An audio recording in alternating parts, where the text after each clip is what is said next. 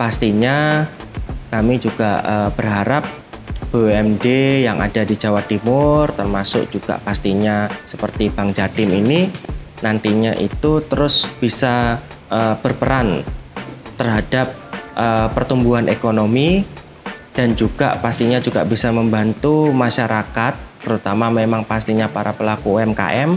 Dan yang terpenting nantinya itu efeknya itu bisa membawa kesejahteraan dan kemakmuran untuk rakyat Jawa Timur.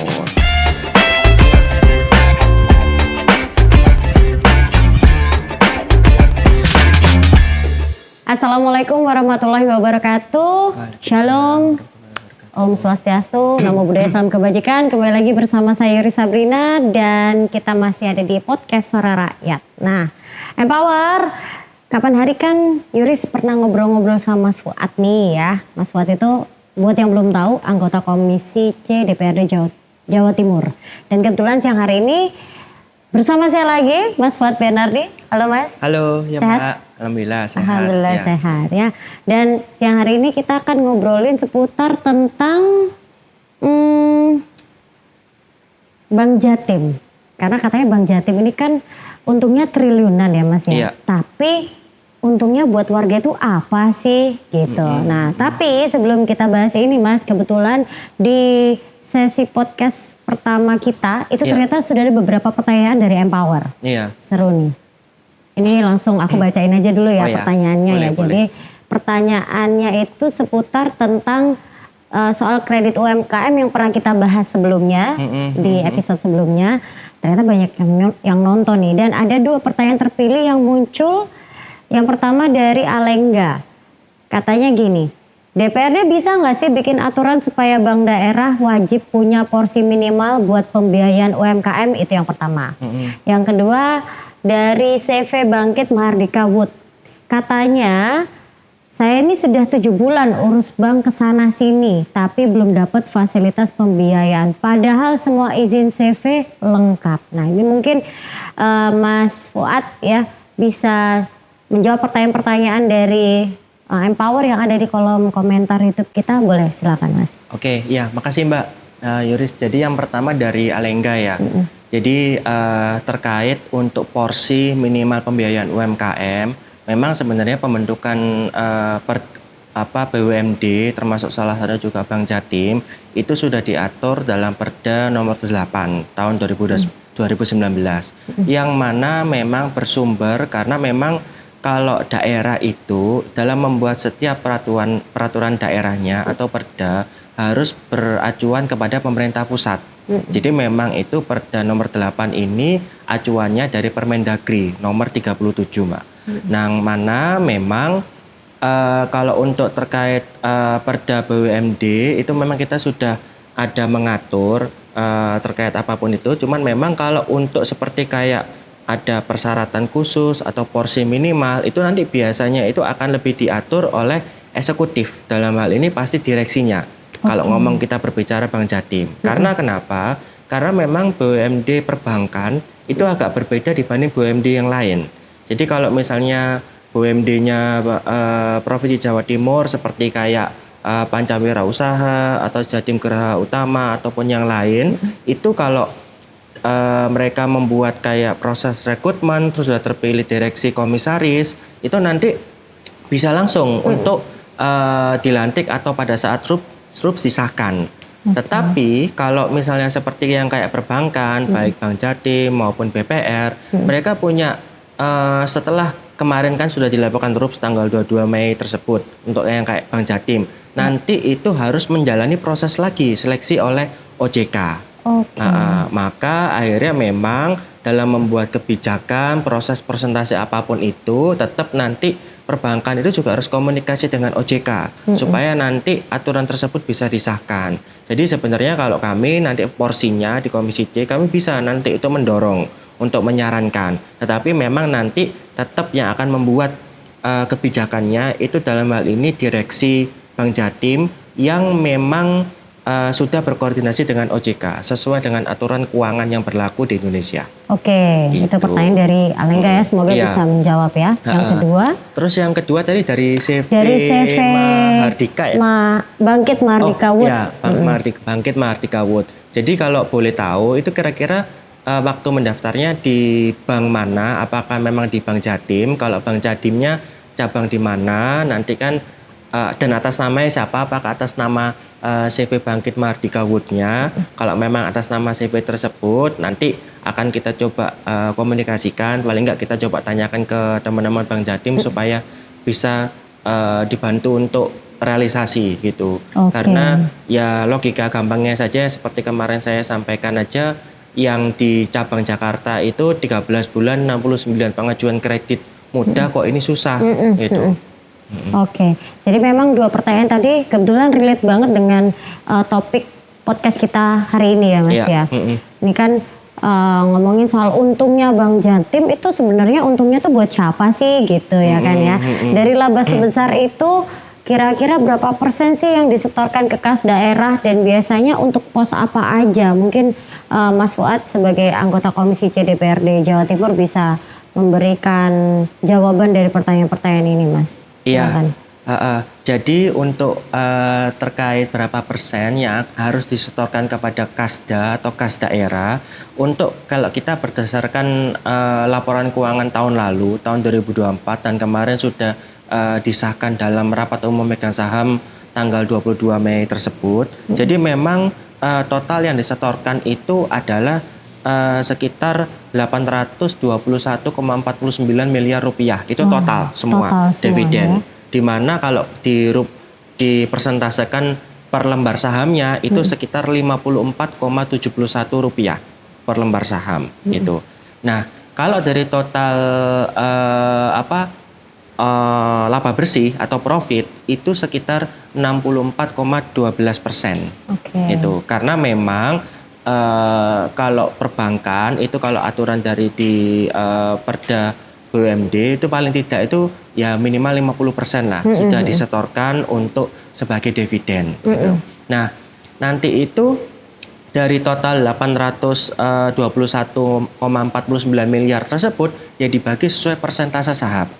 Karena memang Bank Jatim ini adalah perusahaan terbuka atau TBK, sehingga tidak hanya pemerintah saja yang dapat, tapi juga masyarakat gitu. Karena memang kalau berdasarkan hitungan persentase saham, memang saham mayoritas yaitu 51,13 kalau nggak salah persen itu adalah punyanya pemerintah Provinsi Jatim.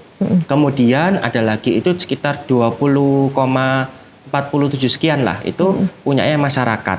Nah, sisanya itu adalah punyanya Pemda, kota kabupaten se-Jawa Timur. Itu. Jadi akhirnya persentase dividen tadi itu dibagikan sesuai dengan persentase sahamnya. Yang masuk memang ya ke tempat masing-masing gitu. Nah, terus kemudian ya kalau misalnya mungkin apakah masyarakat bisa menikmati mungkin kayak dividennya atau apapun itu atau labanya bisa ya nanti bisa beli lewat platform-platform untuk pembelian saham itu. Nanti itu langsung beli emiten atau sahamnya Bank Jatim. Nah, nanti ditunggu saja untuk yang tahun depan dan pada saat RUPS lagi, insya Allah kan bisa dapat untuk dividennya. Gitu. Baik. Jadi itu ya tadi sudah dijelaskan sama Mas Fuad ya. Persentase sahamnya itu dibagi untuk pos-pos apa aja ya sesuai dengan itu. Nah, kalau peran Komisi C sendiri nih Mas dalam memastikan penggunaan dana dari laba BUMD, perannya apa sih untuk memastikan biar dana dari laba BUMD ini tepat sasaran gitu?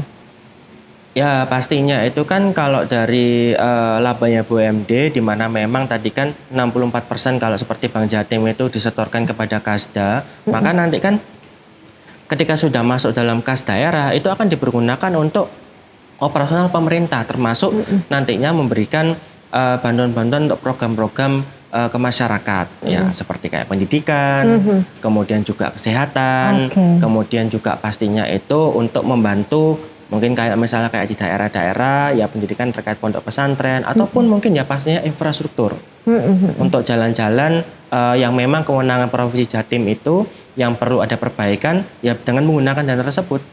Gitu. Jadi memang akhirnya fungsinya BUMD itu untuk bagaimana itu diciptakan menghasilkan profit, yang profitnya nanti juga dikembalikan kepada rakyat. Harus benar-benar tepat sasaran ke rakyat ya. Iya. Oke, itu kayaknya sepertinya pertanyaan-pertanyaannya sudah semua nih. Nah, tapi kita masih ada beberapa segmen Mas Fuad. Ya. Jadi kita akan kembali lagi. Jangan kemana-mana, Empower tetap di Podcast Suara Rakyat. Kembali lagi di Podcast Suara Rakyat, masih bersama dengan saya Yuri Sabrina dan juga Mas Fuad Benardi. Mas, kalau tadi kita ngobrolin tentang apa aja sih peran Komisi C ya untuk bisa memastikan bahwa anggaran dari apa tadi? Anggaran yang laba BUMD. Oh, ini tepat dividen. sasaran. Ya, dividen ya kan. Tadi sudah dijelaskan dengan rinci sama Mas Fuad. Nah, ini yang mau saya tanyakan, kira-kira dari Komisi C ada rekomendasi apa aja sih biar laba BUMD itu bisa menyasar sektor produktif seperti UMKM, Mas? Iya, pastinya memang itu kan sesuai dengan visi misinya di awal pembentukan BUMD, di mana memang pembentukan BUMD ini adalah bagaimana untuk membantu meningkatkan perekonomian, terutama memang di wilayah Jawa Timur. Nah, caranya bagaimana? Ya pastinya itu kalau memang ia bergerak di bidang perbankan adalah membantu pembiayaan untuk para UMKM yang ada di Jawa Timur. Itu yang memang menjadi landasan utama dalam hal pembentukan BUMD perbankan ini.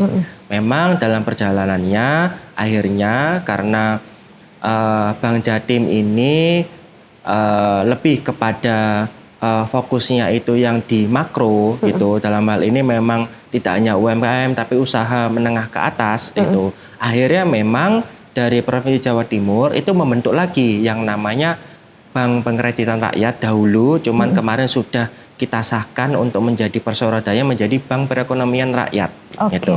Yang mana memang fungsinya itu sebenarnya mirip seperti bank-bank BPR atau koperasi itu. Yang mana memang harusnya itu memang targetnya, fokus utamanya itu adalah untuk menyasar UMKM yang ada di Jawa Timur.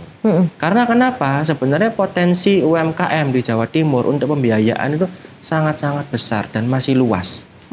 Karena seperti yang saya sampaikan dulu waktu podcast sebelumnya kan, itu saja BPR saja itu mereka masih belum bisa menyasar masuk ke pasar-pasar tradisional. Betul. Padahal itu di situ tuh banyak sekali sektor-sektor UMKM pedagang itu yang mereka tuh sangat membutuhkan pinjaman-pinjaman yang rendah bunganya dan tidak ribet dan butuh cepat karena mereka itu kan prosesnya itu kan berjalan setiap hari dan memang harus bergerak cepat, fast moving kan itu. Itu ya, jadi akhirnya memang kami minta kepada teman-teman ya BPR juga itu agar benar-benar concern dan fokus untuk pengembangan. Kebetulan memang ini sekarang sedang menunggu RUPS-nya untuk terpilih di route-nya yang baru. Gitu. Karena memang kalau kita lihat pasar tradisional tuh kayak sumbernya ya kan Mas ya, sumber dari produk UMKM itu sendiri sebelum diolah, dijual, mereka akan belanjanya kan di pasar tradisional ya. Pedagang dari pasar tradisional sendiri juga perlu perputaran duitnya cepet ya Mas. Iya, benar. Setiap hari beroperasional mereka itu. Terus pernah nggak sih Mas ada usulan dari DPRD untuk mewajibkan pembiayaan inklusif dari BUMD? Usulan dari DPRD untuk mewajibkan pembiayaan inklusif dari BUMD. Pernah ada usulan nggak? Iya pasti. Jadi memang dalam setiap hearing atau rapat dengan baik Bank Jatim maupun BPR, kami selalu menekankan untuk Bank Ida itu memberikan kemudahan pembiayaan inklusif, terutama memang untuk pastinya untuk para UMKM di Jawa Timur. Apalagi kalau yang Bank Jatim, mesti dalam setiap hearing ya kami selalu ya istilahnya kayak menyindir lah, membandingkan ibaratnya kayak kasus yang kredit fiktif Jakarta saja itu mereka mengajukan 69 kali kredit dalam waktu 13 bulan saja itu mudah gitu loh. Kenapa kok UMKM ini semua dipersulit? Bahkan kemarin juga ada salah satu anggota Komisi C juga memang dia yang mengajukan lewat perusahaannya, itu saja juga agak diperumit gitu loh. Makanya akhirnya ya kami terus menekan dan mendorong agar paling tidak itu Bank Jatim maupun BPR bisa berbenah ke depannya itu. Iya. Apa mungkin ada ketakutan ya Mas ya dari BPR atau dari bank-bank BUMD kenapa dipersulit? Mungkin nanti takut bayarnya telat atau molor atau mungkin nanti susah nagihnya susah. Mungkin ada ketakutan kayak gitu atau gimana sih biasanya yang mungkin Mas Fuad pernah ketahui ya dari teman-teman yang ada di Bank BUMD atau BPR itu, kalau alasan kenapa mereka mempersulit itu kenapa? Ada yang pernah cerita nggak? Atau mungkin soalnya kayak gini loh Mas, malasnya tuh kayak gini loh. Pernah nggak dapet Ya, jadi gitu? memang terkadang itu alasan yang sering digunakan karena memang kan kalau pengajuan kredit itu pasti nanti itu juga akan bekerja sama dengan asuransi.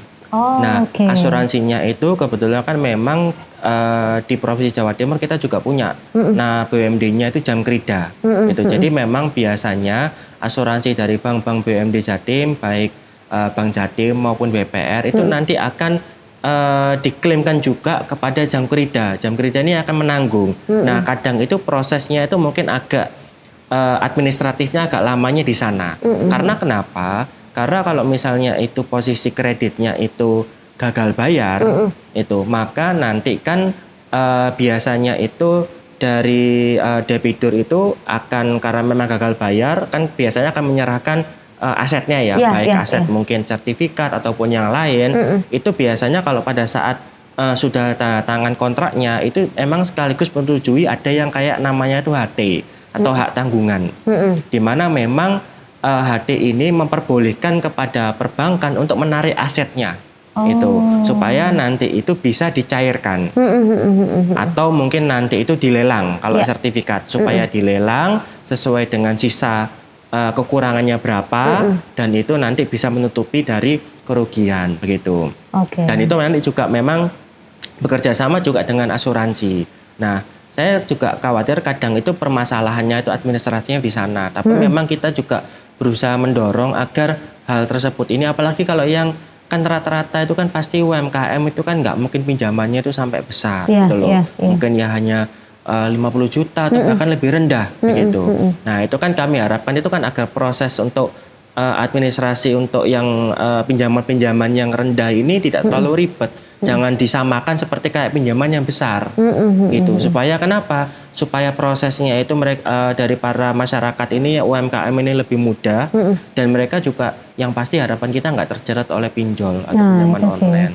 Tapi kan kalau mereka pinjamannya nggak besar ya atau let's say kecil lah, itu kan mereka juga nggak perlu ada jaminan aset yang diberikan ke BPR atau BUMD kan ya Mas ya? Harusnya nanti itu bisanya itu kan menggunakan ini ya seperti kayak KUR gitu ya. Ya tetap ini KUR ini. Cuman memang terkadang itu ya ini kadang repotnya itu kan kebijakannya pemerintah misalnya KUR itu enggak boleh pakai aset gitu kalau pinjaman yang rendah gitu. Tapi terkadang itu memang agak repot ini perbankan ini juga masih agak ini takut-takut bisa. Jadi kan begini.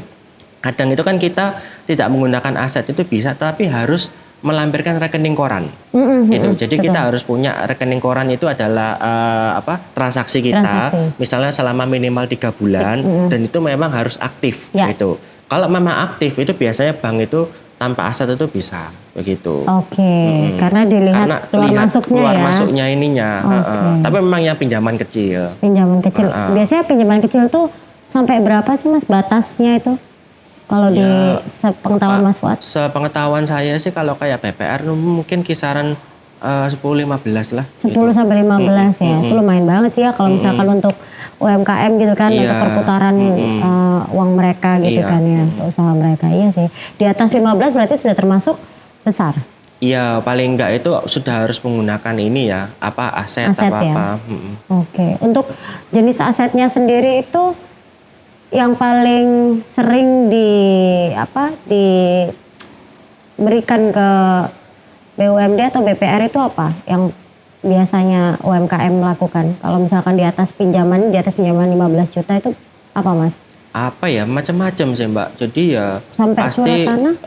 tergantung dari nominal kreditnya Oke. ya. Bisa juga memang menggunakan sertifikat tanah gitu. Mm-mm. Bisa juga nanti itu mungkin menggunakan BPKB juga Oh, bisa. BPKB Iya. motor, mobil bisa? Oh, Ada oke. juga memang yang namanya kalau di Bank Jatim itu kredit proyek gitu. Kredit proyek. Jadi misalnya mungkin kayak kontraktor atau mungkin biasanya pengadaan yang memang dia di bidang pemerintahan ataupun mungkin BUMN itu memang cukup melampirkan seperti kayak kontraknya itu PO-nya atau purchase order-nya itu dilihatkan kepada Bank Jatim itu atau BPR itu nanti akan diproses dan bisa cair untuk pembiayaan kredit proyeknya. Oh, gitu. Gitu. Berarti kalau misalkan dari teman-teman UMKM sendiri mau ngajukan 10 sampai 15 juta masih aman lah ya, nggak perlu pakai aset ya, kecuali di atas itu ya. Tergantung sesuai dengan nilai pinjaman yang mau diajukan gitu ya Mas ya. Oke. Nah, pertanyaan terakhir sebelum kita masuk ke segmen berikutnya Mas. Kira-kira yang masih jadi tantangan utama untuk memastikan BUMD nggak cuman profit oriented itu apa aja sih? Ya, pastinya memang ya BUMD itu diciptakan itu untuk paling tidak itu kan bersumber dari pajaknya rakyat. Kita putar dalam perusahaan itu tujuannya apa? Supaya mendapatkan keuntungan dan nanti keuntungannya itu juga kembalikan lagi kepada dividen, yang dividennya itu juga digunakan lagi untuk operasional pemerintah dan untuk kepada rakyat gitu. Jadi memang pastinya tujuan BUMD itu adalah mencari keuntungan gitu. Tetapi memang mereka itu juga tetap ada unsur sosialnya. Karena kenapa? Yang pasti unsur sosial dalam hal ini itu kan adalah yang paling penting itu membuka lapangan pekerjaan. Dengan adanya BUMD yang di Jawa Timur itu, maka akhirnya kan lapangan pekerjaan itu ada seperti mungkin kayak Bank Jatim. Tidak sedikit juga warga Surabaya itu yang ataupun warga kota kabupaten lain di Jawa Timur itu yang menjadi pegawainya Bank Jatim maupun BPR. Terus kemudian juga pastinya yang di Pancawira Usaha, Jatim Geraha Utama ataupun berserta dengan anak-anak ataupun anak perusahaannya itu juga mempunyai beberapa pegawai. Itu yang mana memang berapa pegawai tersebut ya pastinya itu diambilkan dari warga Jawa Timur. Jadi memang itu paling tidak fungsi utamanya itu adalah paling enggak membantu pemerintah untuk mengurangi pengangguran. Terus kemudian ya pastinya kalau memang bank-bank yang BUMD yang bergerak di bidang perbankan ya mereka juga harus membantu masyarakat dalam hal ini UMKM ini untuk terkait pembiayaan itu dipermudah begitu. Itu ya intinya. Baik. Oke, Empower, jangan kemana-mana, kita masih ada satu segmen lagi. Masih bersama saya, Yuri Sabrina dan juga Mas Fuad Ginardi. Masih di Podcast Suara Rakyat. Kembali lagi di Podcast Suara Rakyat, dan untuk di segmen kali ini kita akan ngobrolin tentang transparansi, edukasi, dan juga nanti kedepannya ini mau dibawa kemana sih? Udah berasa kayak lagu ya, lagu Armada ya, mau dibawa kemana? Tahu kan Mas lagunya Mas? Nah Mas, ngomongin soal transparansi dulu ya.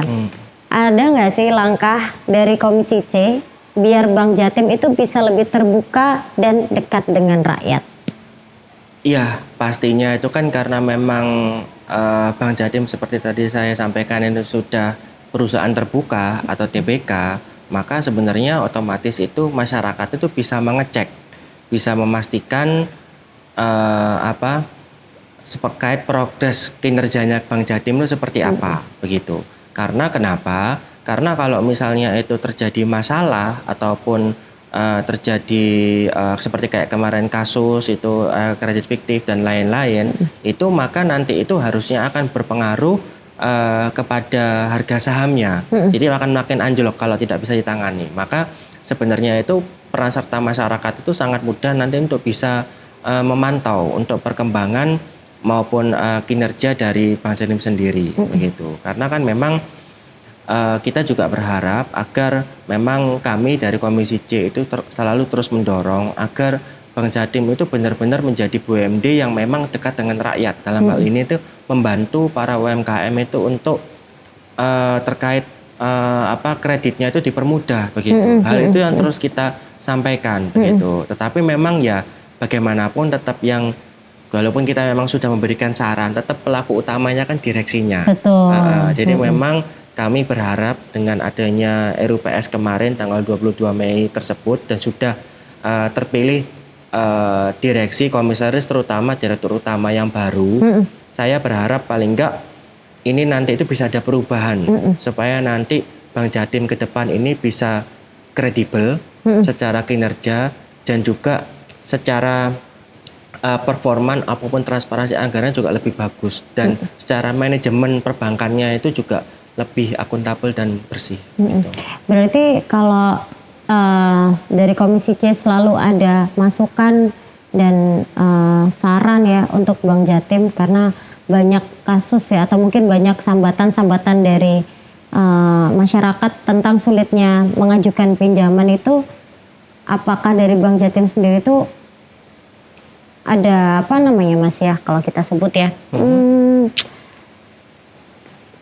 mereka sendiri juga menemukan kesulitan-kesulitan ketika di lapangan gitu kalau pas ngasih pinjaman orang-orangnya itu kayaknya nggak bisa deh kalau misalkan dipermudah kayak gini warga masyarakatnya susah nih buat diajak kerja sama bareng ya akhirnya dipersusah gitu misal gitu kayak gitu nggak sih Mas? Makanya kenapa sampai Bank Jatim itu kayak mempersulit banget mempersulit kan berarti kan ya? Iya ada kekhawatiran tersebut karena terkadang itu kalau misalnya yang pinjaman tanpa agunan itu memang seringkali itu menjadi bermasalah atau fraud dalam arti hal ini gagal bayar atau apapun itu karena memang terkadang itu ada kayak oknum ya itu saya nggak ngomong semua masyarakat oknum terutama memang ada beberapa yang mengajukan itu kayak menggampangkan atau tidak ini karena kan nggak pakai jaminan sehingga akhirnya tidak ada perlu beban untuk pengembalian. Ini makanya memang menjadi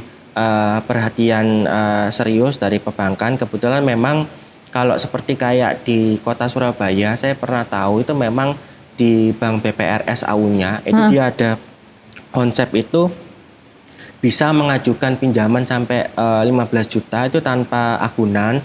Tapi memang harus beberapa masyarakat. Jadi ada berapa mungkin kayak arisan semua beberapa orang itu mengajukan bareng-bareng. Nanti itu nominalnya segitu 15 itu dan nanti tanpa agunan itu juga bisa. Karena memang kalau mungkin pertimbangan dari Bank BPR yang di Surabaya itu SAU itu dia mungkin karena rame-rame jadi ini kalau nagih itu bisa berbarengan gitu loh. Mungkin ada pertimbangan bisa juga seperti itu. Iya, jadi kayak kolektif gitu ya Mas ya. Iya, kolektif. Soalnya kalau dari penjelasannya Mas Fuad yang saya tangkap adalah kenapa ya Bank Jatim ini kok mempersulit ya.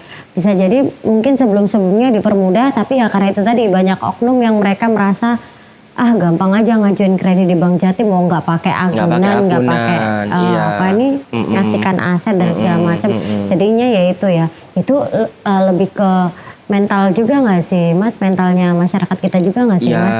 Mas Fuad? Iya bisa juga nanti itu kan tergantung itu kan saya nggak generalisasi semua ya masyarakat tapi memang ada beberapa oknum. Tapi memang logika simpelnya sih begini, kalau misalnya berani dipinjol dengan bunga setinggi itu, kenapa kok nggak mau agak sedikit ngurus untuk administrasi melakukan pinjaman di bank yang secara bunganya itu lebih rendah. Iya juga ya, benar ya. Karena kan kita kan dalam melakukan pinjaman apapun itu kan tetap harus mempertimbangkan hitungan bunganya gitu. Kayak saya waktu itu juga sempat memanfaatkan fasilitas KUR juga kita juga ngitung itu bunganya karena memang bunganya rendah akhirnya bisa untuk mengembalikan baik pokok maupun bunganya sehingga asetnya tidak kesita. Gitu. Iya benar juga sih ya. Kalau berani pinjem ke pinjol yang bunganya gede, kenapa nggak mau ngurus yang agak sedikit bukan reward ya kalau aku bilang agak sedikit next time tapi dapat bunga yang lebih rendah. Betul. Lalu Mas untuk kolaborasi nih kira-kira dari DPRD pernah ada kolaborasi nggak sih dengan OPD atau masyarakat sipil untuk mengawal program berbasis dana BUMD? Pastinya iya. Jadi kan memang setiap kayak ada penyertaan modal dari APBD Jawa Timur terhadap semua BUMD yang ada di Jawa Timur, itu memang akan dibuatkan Raperda atau rancangan peraturan daerah, di mana memang tetap harus mendapatkan persetujuan dari DPRD Jawa Timur. Kebetulan memang saat ini yang akan sedang melakukan penyertaan modal itu adalah Bank BPR. Jadi memang Bank BPR ini karena memang setelah berubah menjadi perseroda, akhirnya secara aturan itu memang jumlah sahamnya Pemprov Jatim ini dengan nominalnya ini agak berkurang, sehingga harus dilakukan penambahan penyertaan modal. Nah, nanti ini saya berharap masyarakat Jawa Timur bisa ikut mengawasi, karena kami juga pasti akan mengecek, karena itu masih dalam tahap pengajuan nota keuangan dari Ibu Gubernur, dan nanti belum dibahas oleh Komisi C, maka kita akan nanti ikut bahas dan masyarakat juga bisa ikut mengawasi agar yang namanya penyertaan modal ini benar-benar memang sesuai dengan peruntukan gitu. Dan pastinya nanti harapan kami dengan ada penyertaan modal ini bisa nanti dikembalikan juga kepada masyarakat dalam bentuk pembiayaan kredit. Yang memang rendah untuk bunganya. Ya, semoga bisa berjalan dengan lancar ya Mas. Iya, kebetulan memang kalau untuk OPD-nya kan yang membawa itu kan dari Biro Perekonomian. Jadi memang kami dari Komisi C bersama dengan Biro Perekonomian itu selalu untuk terus berkomunikasi terkait agar bagaimana BUMD-BUMD Jawa Timur ini ke depan itu bisa lebih baik begitu. Karena kenapa? Kami juga banyak menyoroti bahwa banyak BUMD, jadi kalau ngomong perbankan ini memang salah satu BUMD yang paling sering dan paling tinggi dalam menyetorkan dividen, tetapi BUMD yang lain itu secara performa kinerja itu sangat buruk menurut kami. Bahkan ada BUMD itu yang sebenarnya punya asetnya itu kalau dirupiahkan sampai triliunan rupiah, tapi tidak bisa dimaksimalkan untuk menjadi suatu rencana bisnis atau pengembangan usaha yang nanti itu bisa menghasilkan omset yang sampai miliaran bahkan triliunan. Terus asetnya dibuat apa yang triliunan itu Mas? Nganggur. Dibiarin aja? Iya, ada itu. Dan itu bolak-balik kami ini warning, kami sindir, terus ya juga kami kritik juga begitu. Tegur lah ya. Tegur, iya. Lah ya. Tapi setelah ada teguran atau setelah ada peringatan mungkinnya dari teman-teman Komisi C, ada perubahan nggak dari BUMD itu ya? BUMD ya tadi ya Mas? Ya itu, makanya itu. Karena kami juga kemarin masih akhirnya terakhir pada saat hearing terakhir itu, kami meminta kepada, ada kebetulan mantan tim pansel dan juga tim pansel yang dan juga ya dari Biro Perekonomian, itu kami meminta kayak semacam berapa sih besaran gajinya para direksi dan komisaris seluruh BUMD Jawa Timur gitu. Karena kenapa? Kami nggak pingin itu para direksi dan komisaris yang ada di BUMD Jawa Timur ini mereka mendaftar itu hanya karena melihat besaran gajinya. Jadi akhirnya menganggap pokoknya si penting itu kerja, masuk kerja, tapi nggak ngerti ya, backlog apa-apa, akhir bulan gajian. Gajian. Kami nggak pengen seperti itu ya. Paling nggak ketika setiap hari dalam bekerja itu ada inovasi, ada kinerja, dan ada perubahan untuk paling tidak ini memanfaatkan semua peluang dalam hal ini aset ataupun ada peluang-peluang apapun itu yang memang sesuai dengan jalannya BUMD-nya itu bisa dimaksimalkan. Jadi bisa berdampak ya Mas? Iya, karena kami juga khawatir itu para direksi dan komisaris ini mereka ya karena hanya mengincar untuk gajinya saja ya sudah, sementing pokoknya itu ya kayak orang kerja ya masuk absen pagi sore pulang gitu aja. Yo angel yo Mas yo lek ngono yo Mas yo. Karena memang kami juga terhalang terkait Perda nomor 8 tadi, memang kewenangan kami itu di Komisi C itu sangat terbatas. Jadi memang kayak proses rekrutmen itu dalam Perda itu memang tidak dilibatkan, ataupun memang kadang itu laporan kewajiban untuk laporan keuangannya itu juga memang tidak wajib. Nah ini yang memang akhirnya mendasari kami dari Komisi C dan juga DPRD Jawa Timur itu melakukan perubahan Perda terkait nomor 8 tadi. Supaya kenapa? Supaya dari Komisi C dan juga DPRD Jawa Timur itu kita itu bisa lebih menekan, paling enggak bisa lebih ikut mengawasi dan benar-benar bisa memberikan saran yang terbaik kepada Ibu Gubernur itu agar para direksi maupun komisaris baik yang sudah baru terpilih ataupun memang sudah akan habis dan akan dilakukan pemilihan lagi itu bisa mendapatkan calon-calon yang memang berkompeten gitu, dan memang sesuai dengan bidangnya. Ya. Jadi biar nggak cuman kerja itu buat ceklok aja di kantor nggak ngapa-ngapain. Iya, ya. benar. Akhirnya banyak yang seharusnya bisa dimaksimalkan ya dari aset-aset itu, agar bisa lebih berdampak ke masyarakat, apalagi ke UMKM. Iya, benar. Jadinya nggak kepake apa-apa karena nggak dimanfaatkan sebaik-baiknya. Iya, benar. Padahal misalnya begini, ada mungkin salah satu BUMD, dia mungkin punya aset yang lokasinya strategis, paling tidak di pinggir jalan besar. Misalnya mungkin ya salah satu misalnya kayak di kota Surabaya, kan bisa misalnya itu dibuatkan konsep kayak food court gitu. Misalnya lokasinya pas, banyak office building, gedung-gedung, sekolah itu mungkin di sekitar situ bisa dibuatkan kayak food court atau pujasera. Di situ nanti itu kita menggandeng UMKM yang memang binaan dari Jawa Timur, Dinkop Jawa Timur, ataupun memang membuka yang memang UMKM warga Jawa Timur untuk paling tidak mereka bisa berpartisipasi di sana. Nanti sistemnya kan bisa dibuat seperti apa. Nah, nanti tinggal dibuatkan konsep, diramaikan dengan model gimana, apa supaya nanti banyak menarik masyarakat atau pembeli untuk datang. Itu kan akhirnya kan itu kan asetnya itu kan jadi berfungsi. Betul. Dan juga kembali lagi kepada masyarakat karena kenapa UMKM bisa menikmati. Nah, itu dia. Ya, ini ternyata dari apa kalau kita dari ya ada oknum-oknum juga yang ada di BUMD ini yang kurang kompeten ya. Kita bilang oknum ya Mas ya. Iya benar gak sih? Oknum ya kan. Karena tadi itu tadi niatnya udah nggak apa-apa ceklok aja kerja, nggak tahu apa yang dikerjain tiba-tiba. Iya. Awal bulan udah terima gaji. Makanya kan memang ya kami ini jadi kemudian saya pun juga pribadi kemarin ketika rapat terakhir itu ya penasaran juga. Kami ini pengen tahu sih besaran gajinya teman-teman ini berapa, direksi maupun komisaris. Gitu. Berarti banyak juga yang ini ya Mas ya, yang mereka itu sudah apa namanya, sudah ngincer posisi itu tuh sebenarnya juga ada ya? Ya ada, pasti ada itu. ya. Kayak aneh lumayan kok aneh gaji nih Mas bulan. Ya bisa jadi bisa kayaknya jadi ya. Oke. Nah ini pertanyaan terakhir nih Mas. Kita ngomongin soal transparansi lagi ya, tapi ini lebih ke warga atau masyarakat ya. Gimana caranya agar masyarakat ini bisa ikut mengawasi dan memastikan laba BUMD itu benar-benar kembali ke publik?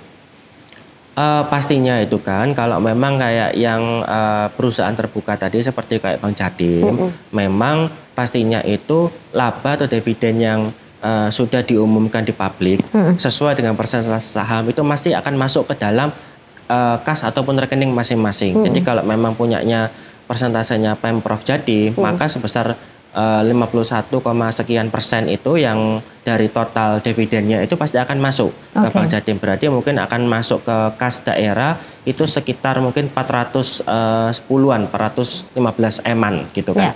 Yang mana memang ya itu kan masuk ke kas daerah menjadi tambahan untuk APBD dan nanti kan juga akan dipergunakan untuk pembiayaan untuk kepada masyarakat tadi. Ya tadi seperti pendidikan, infrastruktur dan lain-lain. Gitu. Ini tadi pertanyaan terakhir. Sekarang saya mau minta Mas Fuad untuk kasih closing statement nih dari anggota Komisi C DPRD Jawa Timur ke Empower.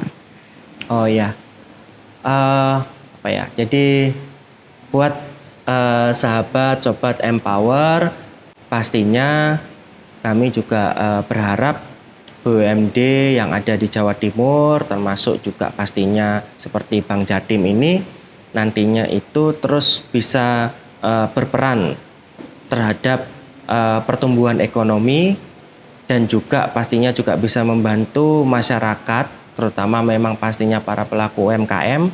Dan yang terpenting nantinya itu efeknya itu bisa membawa kesejahteraan dan kemakmuran untuk rakyat Jawa Timur. Iya. Karena memang sejatinya uang daerah itu harus kembali lagi ke rakyat. Betul sekali, itu dia. Jadi empower ya, apa tadi yang sudah disampaikan oleh Mas Fuad semoga bisa bermanfaat ya. Masukan-masukannya mungkin ini juga jadi salah satu kritikan ya dari anggota Komisi C, Mas Fuad ya. Pasti ya. Kadang itu kalau rapat dengan BUMD itu gregetan. Istighfar terus Mas ya. Jadi bank milik daerah itu bukan cuma soal untung besar, tapi soal siapa yang ikut merasakan ya.